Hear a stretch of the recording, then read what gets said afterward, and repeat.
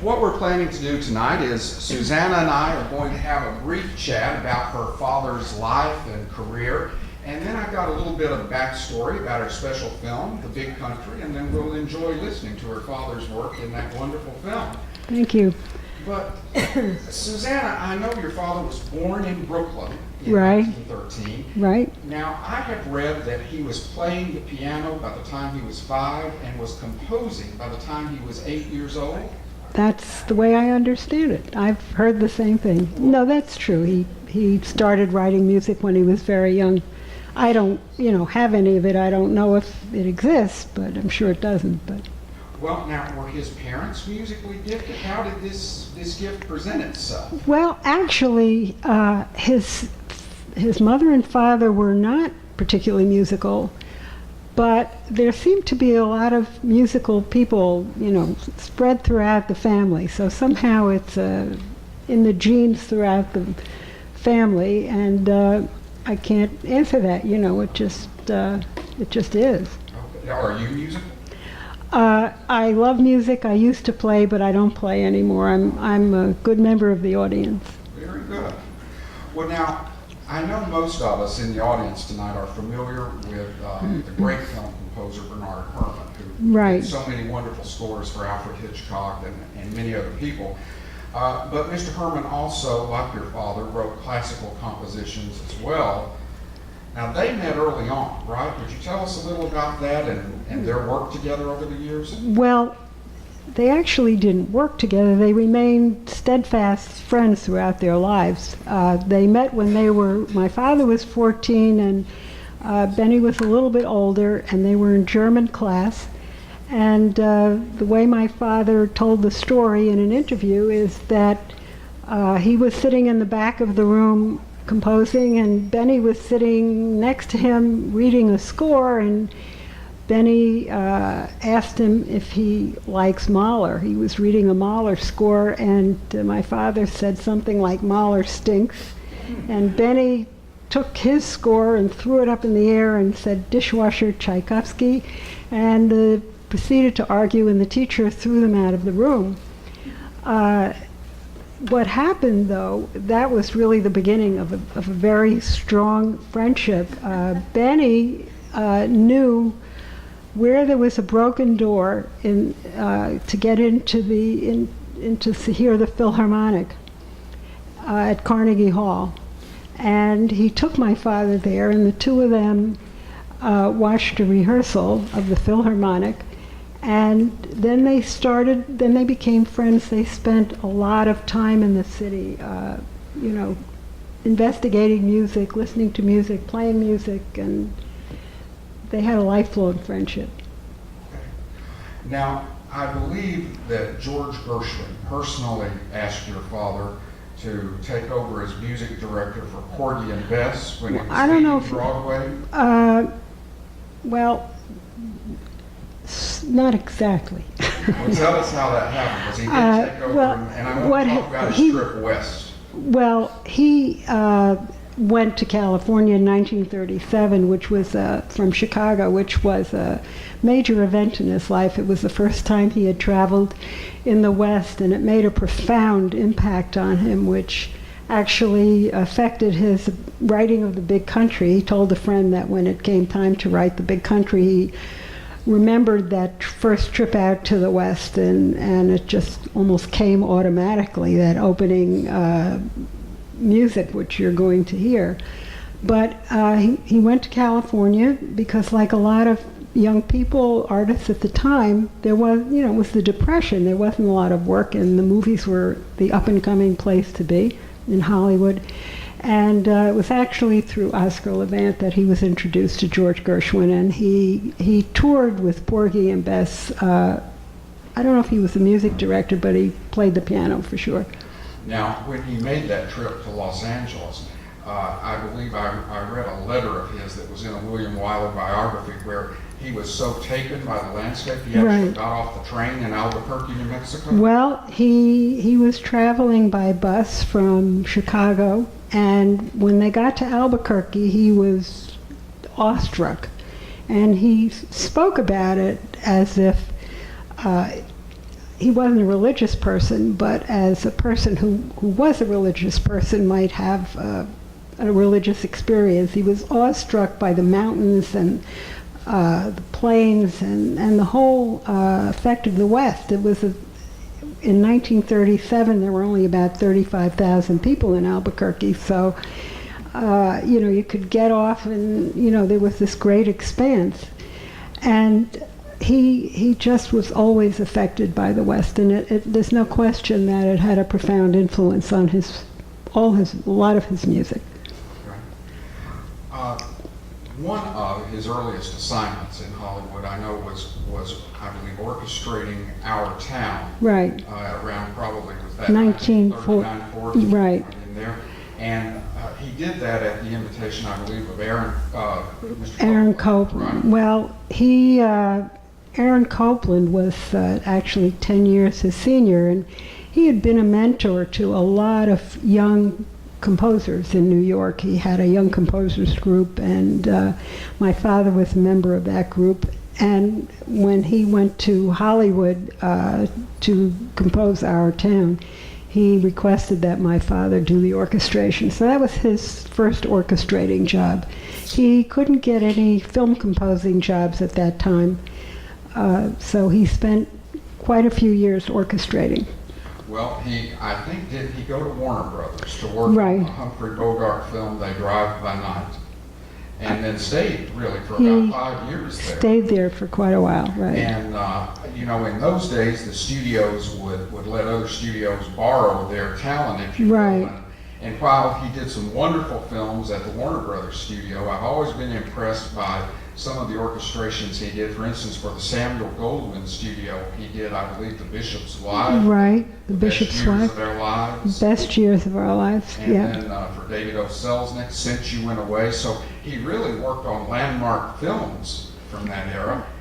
How did he view that? Did he also, at the same time, was he also working on his classical compositions? Well, he was writing music. He wasn't writing film scores, but he wrote a symphony that was premiered by Thomas Beecham in 1943. He wrote other music during that period of time.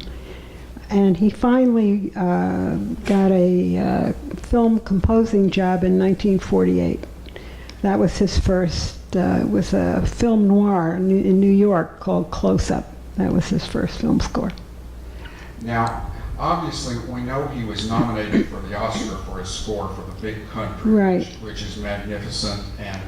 And truthfully, in addition to what Carol Baker said about the movie when she was here at Cinema Paradiso, she also singles out the score in her autobiography.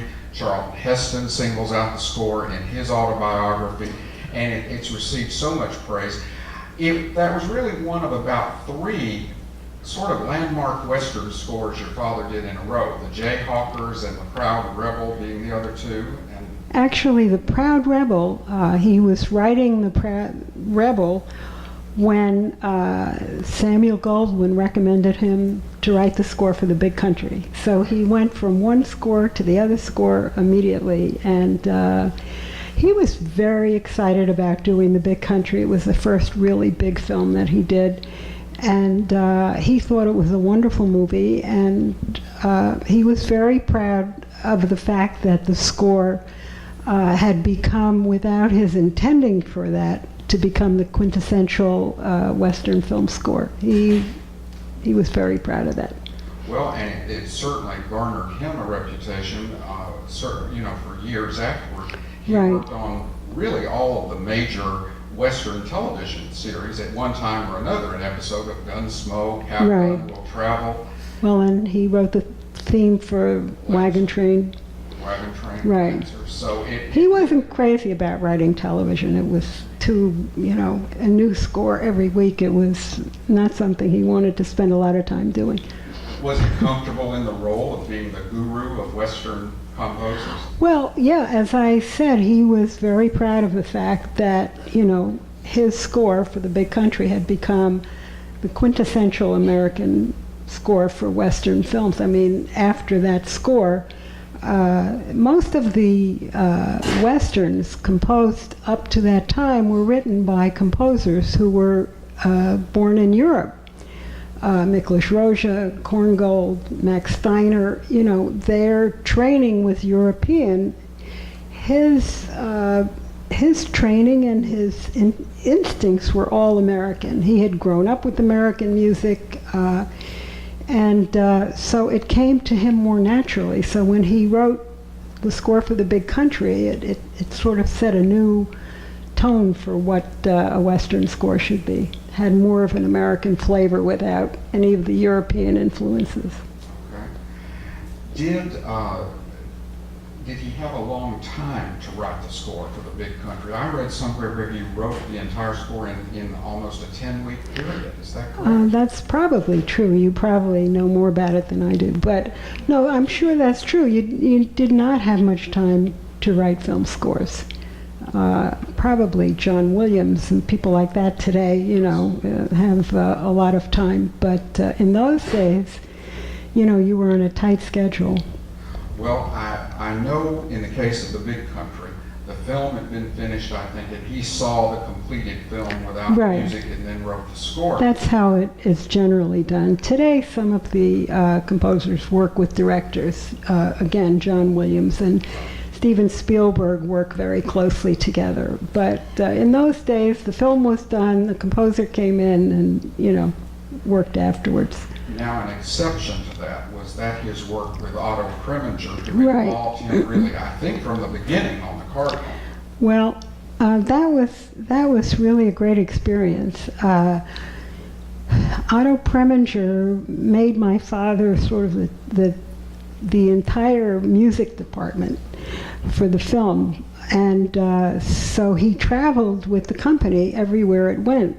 They were in Boston for the Boston sequences and whatnot, but the best part was when they went to Europe.